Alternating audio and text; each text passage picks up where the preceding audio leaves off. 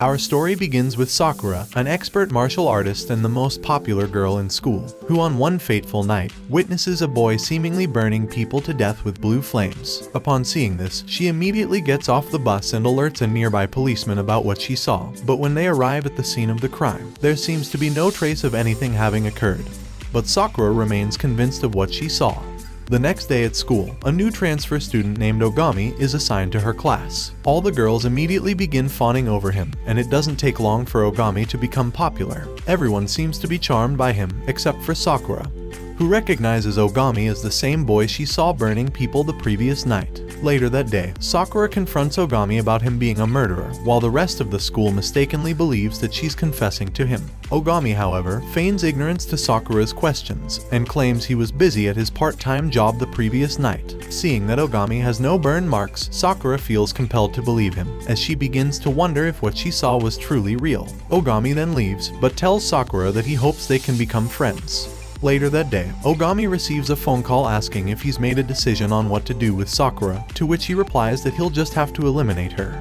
The next day, while visiting a stray dog in the park, Sakura witnesses a criminal gang attacking a defenseless homeless man. When she intervenes, she realizes that they are members of the ruthless G-Falcon gang. Due to their falcon-shaped tattoos, she is able to hold them off with her martial arts for quite a while, until she is eventually stunned with a taser and kicked repeatedly. The dog she fed earlier tries to protect Sakura, but the gang members nearly kill it by kicking it around. Just when Sakura herself is about to be killed, Ogami shows up seemingly out of nowhere, which surprises the criminals. Upon seeing how bruised and beaten the dog is, Ogami deems that it is beyond saving, and puts it out of its misery himself, much to Sakura's horror. He then turns to the gang members and burns one of them alive as he recites his motto: "An eye for an eye, a tooth for a tooth, an evil for evil." He then offers the remaining criminals a choice: turn themselves into the police or die. The gang members choose death, however, and charge at Ogami, who in response uses his powers to summon blue flames and eradicates them all. Ogami then walks up to the horrified Sakura and tells her he lied when he said he wanted them to be friends, as he sets her on fire. Surprisingly, Sakura wakes up in her room the following morning, completely unharmed, but confused about how she's still alive. At school, Sakura grows highly cautious of Ogami, despite him acting as if nothing transpired the night before whilst among their peers. However, when Ogami begins following Sakura around school and spying on her, she decides to avoid her best friend in an attempt to protect her from Ogami. Elsewhere, a man named Yuki is given a picture of his next opponent by someone in a cat costume who refers to Yuki as number 3. After school, Sakura takes Ogami to a populated area with lots of witnesses so Ogami can't use his powers, and tries to reason with him about killing those men the night before. However, Ogami explains that those men deserve to die, as they were evil, and that he is the necessary evil that takes care of society's trash. Sakura disagrees with Ogami's sense of justice, and is not able to accept how he can commit such acts without feeling any emotion. In response, Ogami further explains that he does not exist, and is not bound by human laws and morality, as he is the sixth codebreaker, a person who passes judgment on evildoers via means that would be considered evil to the rest of the world. To prove that he can't be reasoned with, Ogami tries to burn Sakura in the middle of the crowded area, but she flees from fright. However, he grabs her hand before she can escape, and tells her that he will keep an eye on her and kill anyone who learns about his true identity. To make sure that he does not kill any more people, Sakura promises to keep an eye on him as well. This makes Ogami laugh a bit, before he reiterates that he will kill anyone, anywhere, at any time, without exception, and that neither her nor any witnesses are capable of stopping him. Later that day, after Sakura's returned home, Ogami receives a call from a mysterious woman wondering why Sakura is not dead yet, to which Ogami replies that she must not be killed yet, as she is a rare person who cannot be burnt by his flames, something he's never seen before. Elsewhere that same day, Yuki encounters Hitomi, the man he was tasked with eliminating, who Yuki refers to as number 1. As the men prepare to fight, Yuki recites his motto: "An eye for an eye, a tooth for a tooth, a requiem of fury for evil." Yuki then proceeds to attack Hitomi with sound waves, but is stopped by a man named Yukihina, who has the ability to control ice, and uses it to put an end to the fight. The next day, Sakura goes to school with Ogami and finds her locker stuffed with love letters from fellow students. Due to Sakura and Ogami's desires to keep an eye on each other, students have begun to misunderstand their relationship, and believe that they are dating. This jealousy quickly turns into violence, but Sakura prevents the situation from escalating further out of fear of Ogami using his powers. Elsewhere, a mysterious blonde boy receives a call ordering him to work with Ogami. Later that day, Ogami gives Sakura a puppy of the dog that tried to protect her as a gift, which makes her happy, but remembering how the dog died just brings her to tears. Afterwards, Sakura goes with Ogami to a local Yakuza office, where he is offered a job to sell illegal goods for them. However, Ogami refuses their offer and burns all the Yakuza members instead, along with 2 corrupt policemen who were there as well.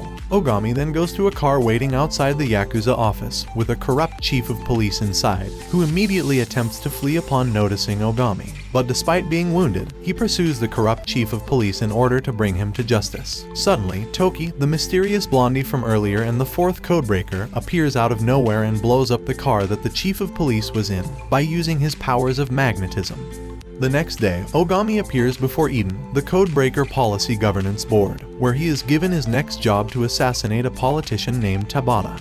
Elsewhere, Sakura runs into Toki outside her house, who walks with her to school. However, Ogami suddenly appears and immediately begins to fight Toki until Sakura stops them by grabbing their wrists. Toki then leaves shortly after, and Sakura and Ogami head to school together.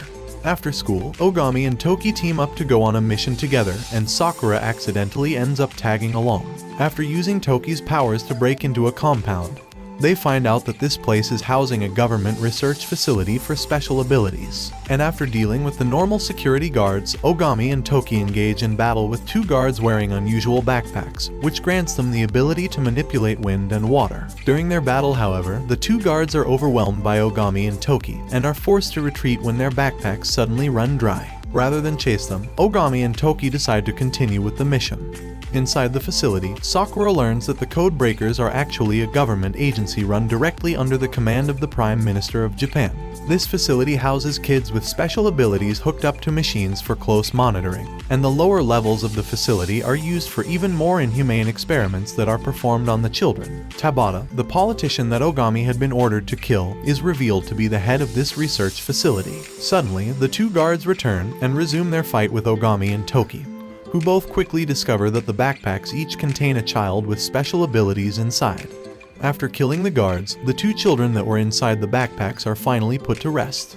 Ogami then goes to kill Tabata, but moments before he does, Tabata's crippled daughter, Chisa, appears. It turns out that Tabata had performed such inhumane experiments, in hopes of finding suitable transplants for Chisa, who also has special abilities. Sakura tries to convince Ogami not to kill Tabata by protecting him with her body, but he spits in the face of her mercy by trying to attack Ogami with a scalpel, giving Ogami no choice but to kill him.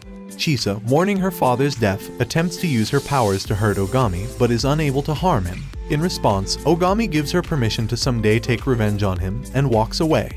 Meanwhile, Toki finds out that Hitomi, Codebreaker number 1, is the real mastermind behind this research project. The remaining children are then transported to another research facility, and Chisa receives medical attention.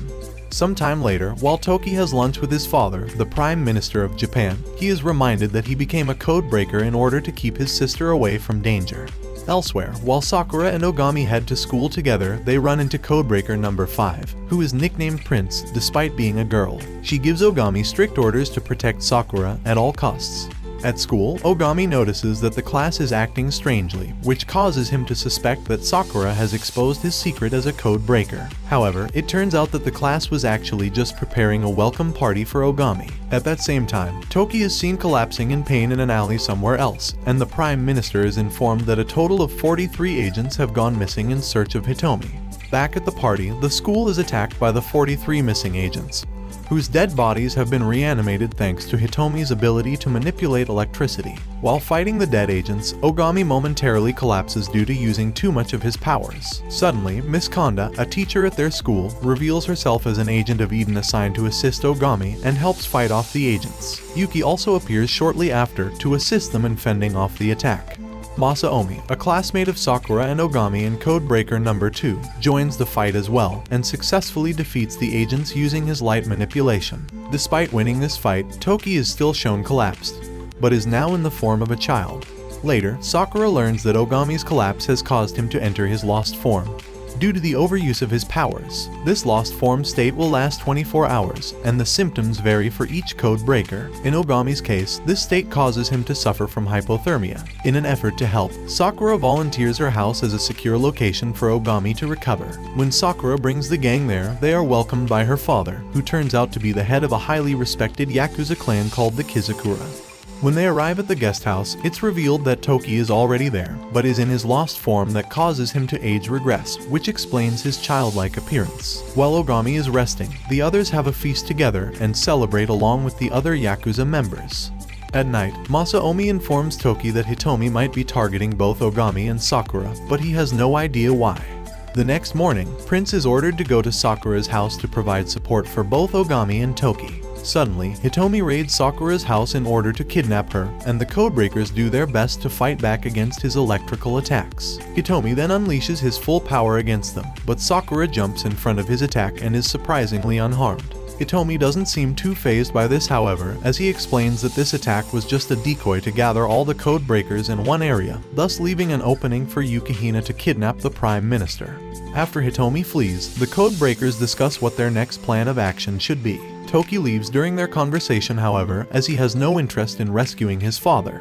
While the Yakuza members who were injured during Hitomi's attack are having their wounds treated, Sakura finds Ogami looking through her family photo album. It's revealed that Sakura's parents adopted her as a child, after finding her outside on their doorstep one night with blood splattered all over her, and did their best to raise her as a normal child despite her unusual surroundings. Meanwhile, Yuki, who has turned into a cat as part of his lost form, reminisces with Prince about when Hitomi used to be a good guy. When Toki returns, Sakura and the other code breakers head out in search of Hitomi and the Prime Minister. Later on, Masaomi meets with Prince at a bridge and immediately attacks her when she figures out that he is a part of Hitomi's plan. However, Yuki witnesses Masaomi attack Prince from afar.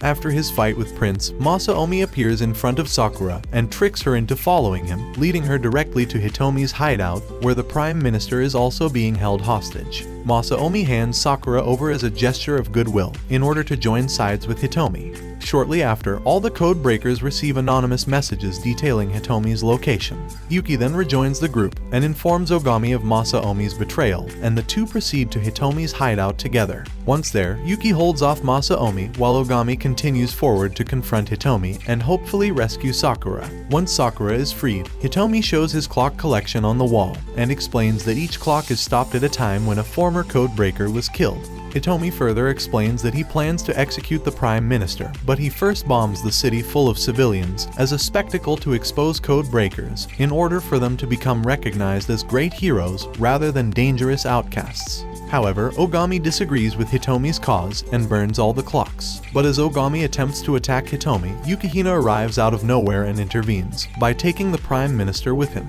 Although Ogami is unable to do anything since his flames cannot melt Yukihina's ice, Toki arrives just in time to save Ogami and Sakura from a barrage of ice. As the hideout begins to collapse, everyone leaves. But when they accidentally split up, Sakura enters the car with Hitomi, Masaomi, and Yukihina inside, hoping to prevent them from killing the Prime Minister. In a flashback, we see that when Hitomi was 16 years old, he was inaugurated as Codebreaker number 6, and due to his excellence at his job, he was considered for a promotion.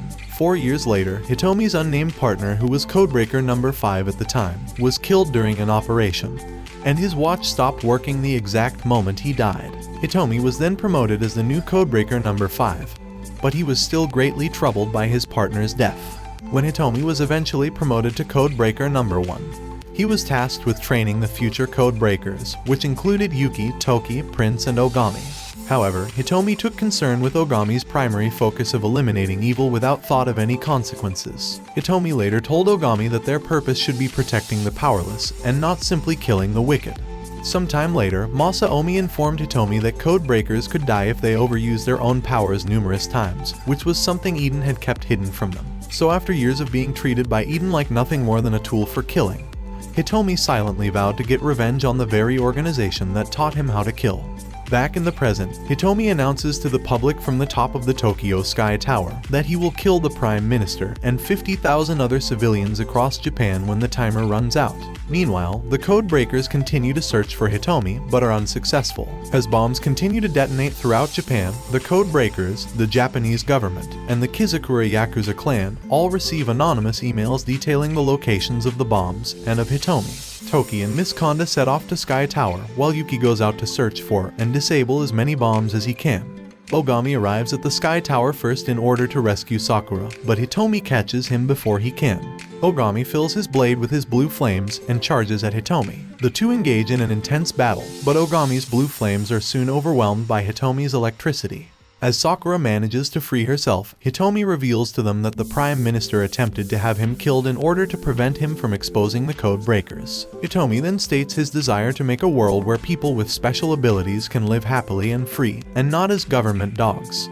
Meanwhile, Toki and Miss Konda are stopped by Masaomi, who faces Toki in a fierce duel of light powers versus magnetic powers. At that same time, the Japanese government and the Sakura Yakuza clan begin to evacuate locations with bombs, but they are unfortunately too short on personnel to help everywhere. Meanwhile, Hitomi reveals to Ogami, who is standing on the brink of defeat, that the people that Ogami has killed thus far on behalf of Eden were simply ones that had helped Hitomi in one way or another rather than purely evil individuals. Despite this, Ogami refuses to join Hitomi, and promises to protect the innocent until the very end. However, Ogami goes into his lost form when he tries to attack Hitomi once more. Sakura desperately tries to protect him from Hitomi, who grabs her by the throat. But when the timer reaches 0, no detonation occurs. This is thanks to Masaomi, who told Yuki where the bombs were located. Back at the tower, Masaomi confronts Hitomi and tells him that his plan has failed. And just as Hitomi is about to reveal his final trump card, Sky Tower is covered in Prince's shadow ability, and the rest of the code breakers arrive to stop Hitomi, who continues to try and rationalize his cause. Meanwhile, Toki reluctantly rescues his father after threatening to kill him. Ogami then re-enters the fight by removing his thumb ring, which causes his power to rise exponentially. And as they fight, Ogami reminisces about his first training session with Hitomi. Surprisingly, Ogami's blue flames manage to absorb Hitomi's strongest electricity blasts, which results in both of them collapsing. And when Hitomi gets back up in an attempt to continue his plan, he is swiftly knocked back down by Ogami. As he lies defeated and says his last words to all the code breakers, Hitomi encourages them to make themselves public as the ones who defeated him. However, the Prime Minister appears suddenly and says that their identities must remain secret. An enraged Hitomi attempts to kill the Prime Minister, but Hitomi's powers begin to eat him from the inside out, and he dies from the overuse of his powers. As Ogami holds a dead Hitomi in his arms, he thinks that Hitomi got the justice he deserved in the end. Despite this, the other codebreakers still mourn his death. Meanwhile, Toki overhears the public crediting the police department for disabling the bombs and killing Hitomi, with no mentions of the codebreakers. Later on, Masaomi and the Prime Minister discuss how they succeeded in having Ogami battle Hitomi to draw out his true power, and how they will need to use Sakura to extinguish his flames if he ever goes out of control. Masaomi then smiles as the Prime Minister begins to cough up blood. Thanks for watching. I hope you enjoyed the video, and I hope to see you all again in the next one.